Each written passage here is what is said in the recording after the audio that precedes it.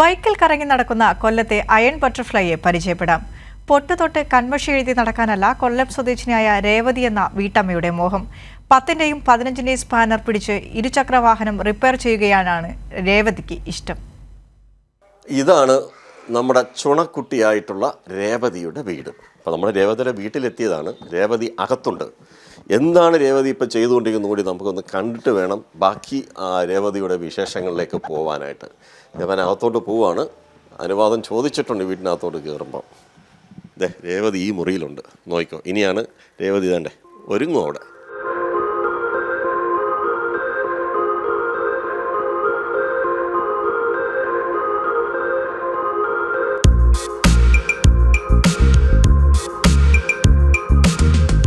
നമ്മൾ ഈ കണ്ടതൊന്നുമല്ല രേവതി.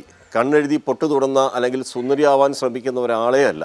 അതൊക്കെ താൽക്കാലികമായി എവിടെയെങ്കിലും യാത്രയുള്ളപ്പോൾ മാത്രമാണ് അങ്ങനെയൊക്കെ ചെയ്യാറ്. സാധാരണഗതിയിൽ ഒരു പൗഡർ പോലും ഇടുന്നത് രേവതിക്ക് ഇഷ്ടമല്ല. ഏത് സമയത്തും അധ്വാനി, ഉഴൈപ്പാളിയാണ്.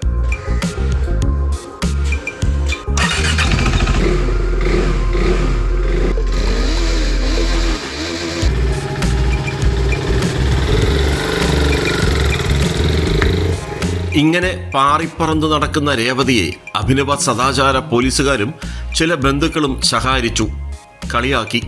പെണ്ണായാൽ അടക്കവും ഒതുക്കവും വേണം, ഇങ്ങനെ ആണുങ്ങളെപ്പോലെ കറങ്ങി നടക്കരുത്. വിമർശനവും ഉപദേശവും രേവതി ബൈക്കിലെ പുകയെപ്പോലെ കണ്ടു. ഭർത്താവും അമ്മയും സഹോദരിയും സഹോദരനും രേവതിയെ ചേർത്തു പിടിച്ചു.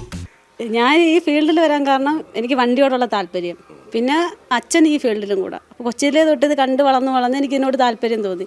അങ്ങനെ ഞാൻ ഇതിലോട്ട് ഇറങ്ങി തിരിച്ച്.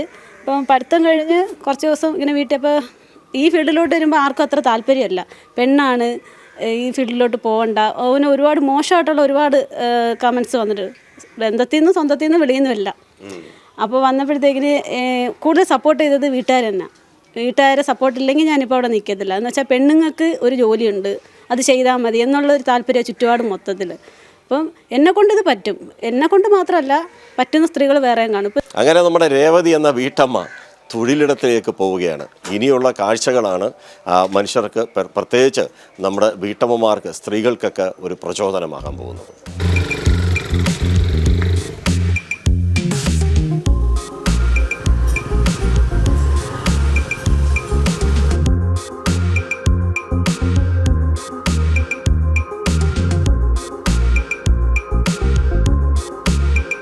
മകളെ സ്കൂളിലാക്കി രേവതി നേരെ പിതാവ് നാഥന്റെ വർക്ക്ഷോപ്പിലേക്ക്, ജോലിയിലേക്ക് കടന്നു.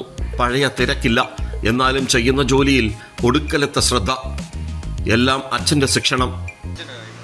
എൻ്റെ അഭിപ്രായത്തോടെ തന്നെ എൻ്റെ മോൾ ഇവിടെ ജോലിക്ക് ഇറങ്ങിയത്.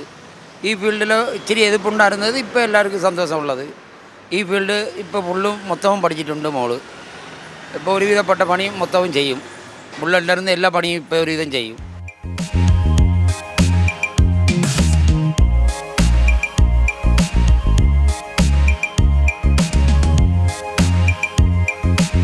രേവതിക്ക് നേരത്തെ നമ്മൾ സൂചിപ്പിച്ചതുപോലെ കൺമഷിയോ പൊട്ടോ അല്ലെങ്കിൽ വളകളോ അതിനോടൊന്നുമല്ല താല്പര്യം.